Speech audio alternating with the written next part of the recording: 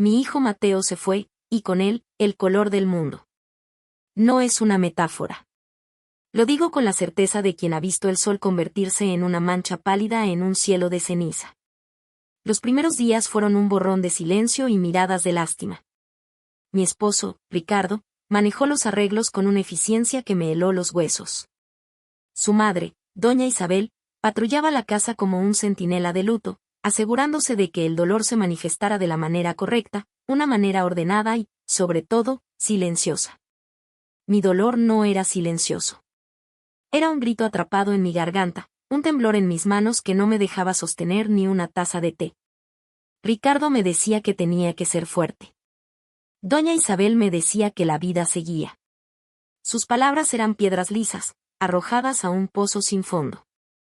No entendían que mi vida, la que conocía, se había detenido en seco. Fue en una de esas tardes interminables, mientras miraba por la ventana la lluvia que parecía lavar un mundo que ya no tenía brillo, que mis ojos se posaron en una vieja cesta de mimbre en el rincón del salón. Era de mi abuela. Dentro, ovillos de lana.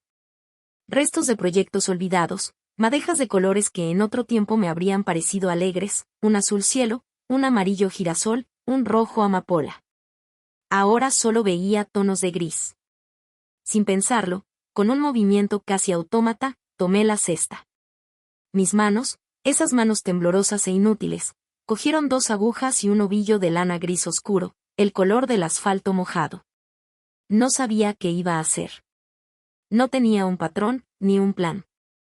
Solo sentí la necesidad de ocupar mis manos, de darles una tarea para que dejaran de recordarme todo lo que ya no podían sostener. Empecé a tejer. Punto derecho, punto revés. Un ritmo simple, monótono. El chasquido metálico de las agujas era el único sonido que rompía el silencio de mi mente. No pensaba en bufandas o en jerseys. Solo tejía. Filas y filas de lana gris que se convertían en un trozo de tejido sin forma, un rectángulo de tristeza que crecía en mi regazo. Ricardo lo vio y frunció el ceño. ¿Qué haces?, preguntó, su tono a medio camino entre la curiosidad y la irritación. Tejo, respondí sin mirarlo. ¿Y qué estás tejiendo?, insistió. Nada, dije. Y era la verdad. Estaba tejiendo la nada, el vacío. Estaba dándole forma física a mi dolor. Doña Isabel fue más directa. Lara, querida, no es momento para manualidades, dijo con esa voz suya que goteaba falsa compasión. La gente pensará que no te importa.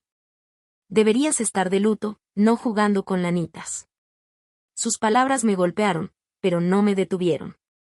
El tejido se convirtió en mi ancla. Cuando el miedo amenazaba con ahogarme por la noche, encendía una pequeña lámpara y tejía. Cuando los recuerdos de la risa de Mateo me apuñalaban el corazón durante el día, me sentaba y tejía. El trozo de lana gris crecía. Se hizo tan largo que se arrastraba por el suelo. Luego empecé otro, esta vez de color negro. Y otro de un azul tan profundo que parecía la noche sin estrellas. Mi casa empezó a llenarse de estos lienzos de dolor. No eran bonitos.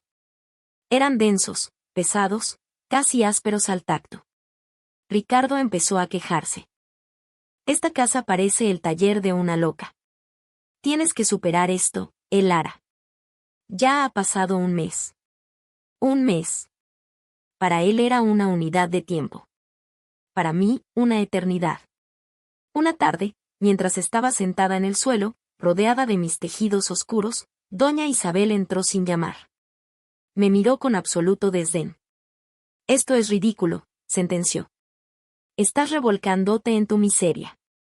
Un hijo se llora, sí, pero luego una se levanta y sigue adelante. ¿Piensas pasarte la vida tejiendo tu propia mortaja? Esa palabra, mortaja, resonó en la habitación. Quizás eso era lo que estaba haciendo. Tejiendo una mortaja para mi antigua vida, para la mujer que fui. La miré, por primera vez en semanas, directamente a los ojos. No dije nada. Simplemente cogí mis agujas y seguí tejiendo, cada punto una declaración silenciosa de mi derecho a llorar como me diera la gana. Ellos no lo entendían. Cada punto era una lágrima que no derramaba. Cada fila era un día que sobrevivía.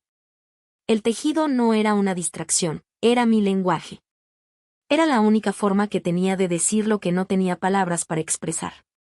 Y mientras ellos me veían como una mujer rota entregada a un pasatiempo inútil, yo, en silencio, estaba tejiendo mi armadura, hilo a hilo, puntada a puntada, preparándome para una guerra que ni siquiera sabía que estaba a punto de empezar. Mi mundo seguía siendo monocromático, pero mis manos habían encontrado un propósito. Tejían para no gritar, tejían para no romperme en 1000 pedazos. Tejían, simplemente, para poder respirar. No sabía a dónde me llevaría, pero por primera vez desde que Mateo se fue, sentí que estaba haciendo algo. Estaba transformando el dolor en algo tangible, algo que podía ver y tocar. Y en esa acción, en ese ritmo constante, encontré una extraña y frágil brizna de paz. Ellos veían locura, yo estaba encontrando mi cordura. Los meses pasaron y el luto crudo comenzó a transformarse en una melancolía constante, una niebla que nunca se disipaba del todo. Mi colección de tejidos oscuros había crecido hasta convertirse en una instalación deprimente que ocupaba la mitad del salón. Ricardo había pasado de la irritación a la resignación. Simplemente rodeaba las pilas de lana como si fueran obstáculos permanentes en nuestro hogar, un monumento a mi incapacidad para volver a la normalidad. Su indiferencia era casi peor que su enfado. Me hacía sentir invisible, una pieza de mobiliario más en una casa que ya no sentía mía. Doña Isabel, por su parte, había dejado de visitarme, declarando a quien quisiera escucharla que yo había perdido el juicio y que era un caso perdido. Un día, mientras ordenaba un cajón de la cómoda de Mateo, buscando no sé qué, un trozo de su presencia, encontré un pequeño dibujo que me había hecho para el Día de la Madre. Era un sol amarillo brillante, con rayos naranjas y una cara sonriente. Al tocar el papel, un recuerdo vívido me asaltó, Mateo, con 5 años, contándome con toda seriedad que el sol era amarillo porque estaba lleno de risas. El dolor fue agudo, pero por primera vez, vino acompañado de algo más. Una calidez. Una punzada de dulce nostalgia en medio del océano de pena. Esa noche, en medio de mi tejido gris, sentí un impulso. Fui a la vieja cesta de mi abuela y busqué hasta encontrar el ovillo de lana más parecido a ese sol. Era un amarillo dorado, casi luminoso. Con manos temblorosas, corté el hilo gris y anudé el amarillo. Empecé a tejer con el nuevo color. Al principio, se sentía como una traición. ¿Cómo podía yo usar un color tan alegre? Pero seguí adelante. Tejía y pensaba en su risa, en su calor, en sus pequeños brazos rodeando mi cuello. El trozo de amarillo se convirtió en una pequeña isla de luz en un mar de oscuridad. Fue entonces cuando la idea, frágil y tenue como el primer rayo de sol al amanecer, comenzó a formarse en mi mente. ¿Y si cada color pudiera ser un recuerdo? ¿Y si cada hilo pudiera contar una historia? Al día siguiente, salí de casa por primera vez en mucho tiempo sin otro propósito que caminar. Terminé, casi por instinto, en una pequeña tienda de lanas en una calle lateral que no conocía. Se llamaba El Hilo de Ariadna. Dentro, las paredes estaban cubiertas de estanterías repletas de lanas de todos los colores imaginables. Era abrumador. Una joven de gafas grandes y pelo teñido de azul me sonrió desde detrás del mostrador. Hola, ¿puedo ayudarte en algo? Se llamaba Sofía. Le conté mi historia. No sé por qué lo hice. Quizás era la primera persona en meses que me miraba sin lástima ni juicio. Le hablé de Mateo, del dolor, de los tejidos grises y del pequeño parche de sol amarillo. Ella escuchó con una atención que me desarmó. Cuando terminé, en lugar de darme un pésame vacío, sus ojos brillaron. ¿Puedo verlos?, preguntó. Dudé, pero asentí. Esa misma tarde, Sofía vino a mi casa. Miró las pilas de tejidos oscuros con una expresión de reverencia. Esto no es una locura, dijo, tocando uno de los paños negros. Esto es un testimonio. Es arte. Luego vio el tejido con el parche amarillo. Lo levantó hacia la luz. Y esto, dijo en voz baja, esto es esperanza. Las palabras de Sofía fueron como agua en tierra reseca. Me contó que era diseñadora gráfica y que había abierto la tienda para combinar su amor por el arte digital y el mundo táctil de la lana. ¿Sabes lo que tienes aquí, Elara?, me preguntó, su voz llena de excitación. Tienes una forma de contar historias sin palabras. Tienes un mapa de la pena y un camino hacia la luz. Esa tarde, entre tazas de té y ovillos de lana, nació el proyecto. La idea era simple y, a la vez, monumental. Crearíamos una página web. Un lugar seguro donde la gente pudiera compartir sus propias historias de pérdida, de dolor, de amor. No solo por la muerte, sino por cualquier tipo de pérdida, un amor, un sueño, una identidad. A cada historia se le asignaría un color, un hilo. Un azul profundo para la melancolía de un adiós, un verde esmeralda para el recuerdo de un bosque compartido, un rojo intenso para una pasión que se extinguió. Y yo tejería esas historias. No como piezas separadas, sino juntas. Uniría cada hilo, cada color, en un gran tapiz. Un tapiz colectivo de dolor y recuerdo, pero también de resiliencia y esperanza. Sofía se encargó de la parte técnica. Creó una web preciosa, elegante y sobria. La llamó Hilos de Esperanza. Yo empecé a tejer. Las primeras historias llegaron lentamente. Un hombre que había perdido a su perro, su compañero durante 15 años. Eligió un marrón tierra, el color de su pelaje. Una mujer que se había divorciado después de 2 décadas de matrimonio. Eligió un violeta, el color de las flores que él le regaló en su primera cita. Tejí sus historias junto a la mía. El amarillo de Mateo ya no estaba solo. Ahora estaba rodeado de un universo de otros colores, otras vidas, otros dolores. Ricardo se burló abiertamente del proyecto. ¿Hilos de esperanza? ¿De verdad, Elara? ¿Ahora vas a ser la tejedora salvadora del mundo? Es patético. Una noche, teníamos invitados, amigos suyos del trabajo. Él, con una copa de vino en la mano, señaló la creciente manta de colores y dijo en voz alta, esta es la última excentricidad de mi mujer. Cree que está curando el alma del mundo con un par de agujas. Las risas de sus amigos me quemaron la cara. Pero algo dentro de mí había cambiado. Ya no era la mujer frágil y temblorosa de hacía meses. Su desprecio ya no me rompía. Al contrario, alimentaba mi determinación. Esa noche, después de que todos se fueron, me quedé despierta hasta el amanecer, tejiendo con una furia silenciosa. Cada punto era un acto de desafío. La web empezó a ganar tracción. Un bloguero local escribió sobre nosotros. Luego una pequeña emisora de radio. Las historias comenzaron a llegar por docenas, luego por cientos. De mi ciudad, de otras ciudades, de otros países. Mi casa se transformó. Las pilas de tejidos oscuros desaparecieron, reemplazadas por cestas rebosantes de lanas de todos los colores del arco iris. El tapiz crecía, extendiéndose por el suelo del salón, un río vibrante de humanidad compartida. El gris, el negro y el azul oscuro seguían allí, en el corazón de todo, el origen.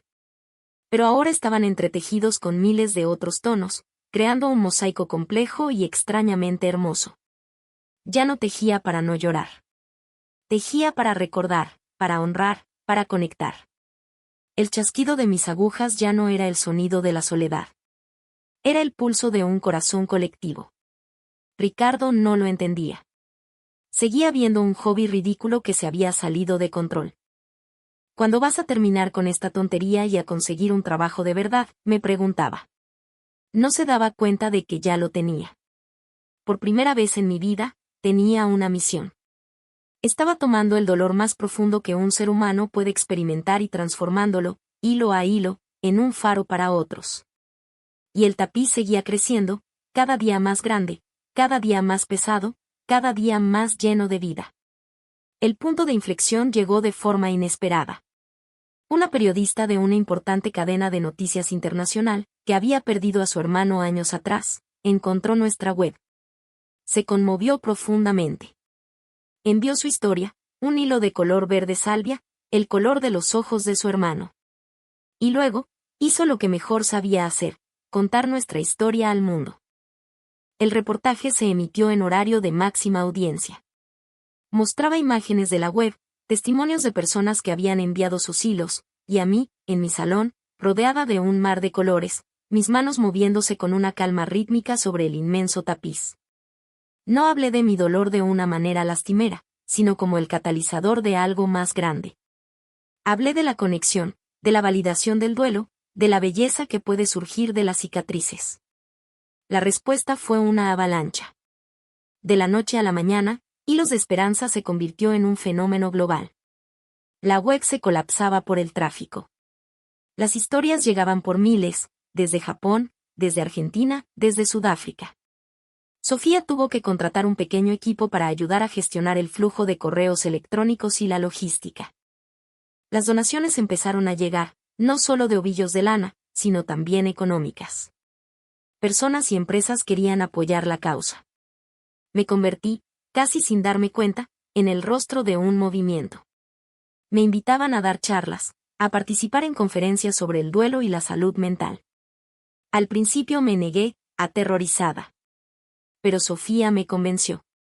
Elara, tu voz es tan importante como tus manos, me dijo. Mi primera charla fue en una universidad. Hablé ante un auditorio lleno de estudiantes de psicología. Les conté mi historia, la de Mateo, la del tejido.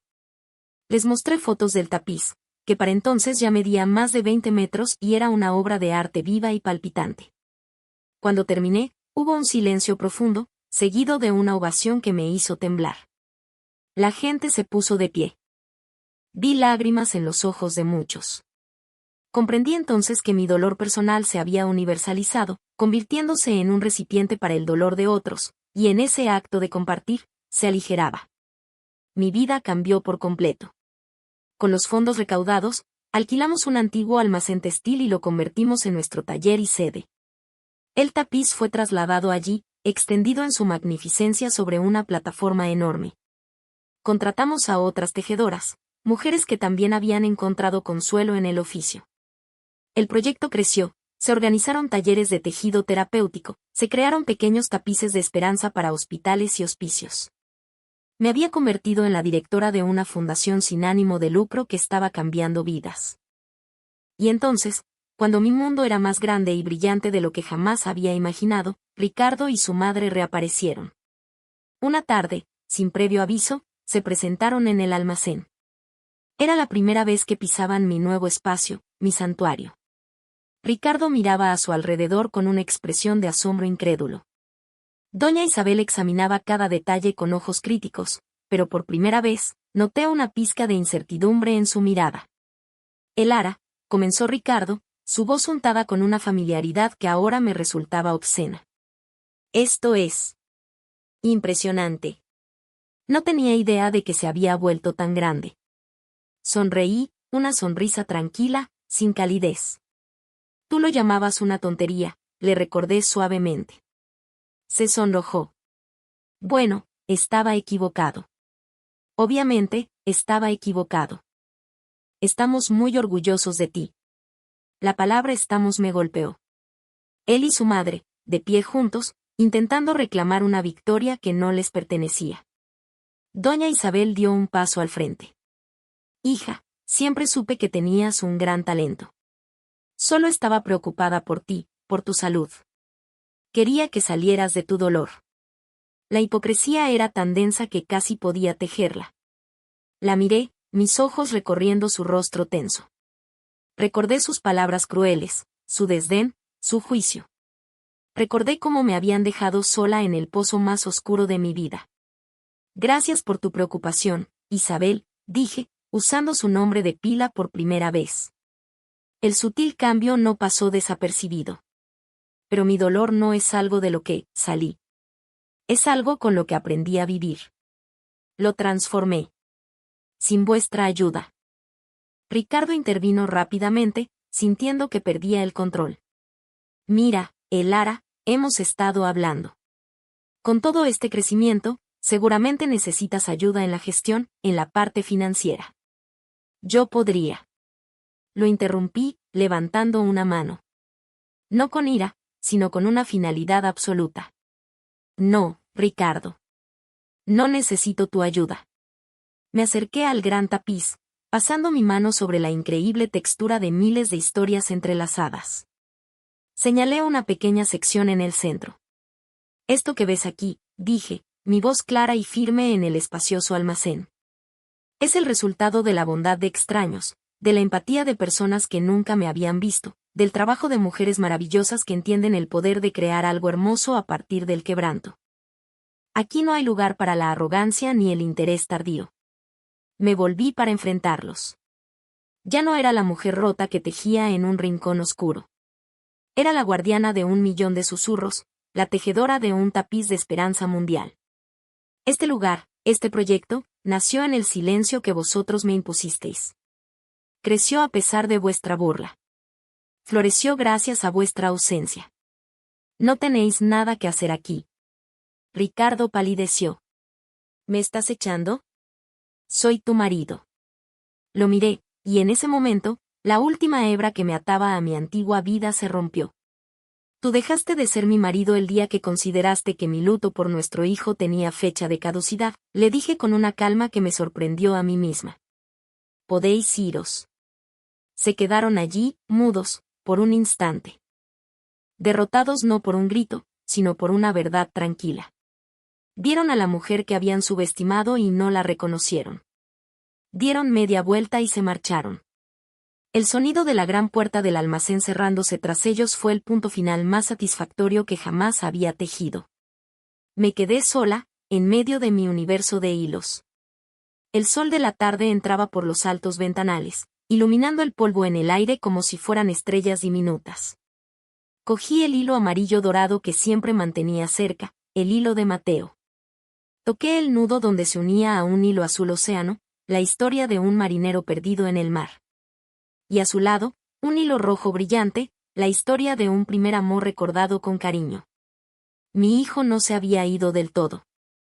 Su risa no solo estaba en mi memoria, ahora formaba parte de un legado inmenso.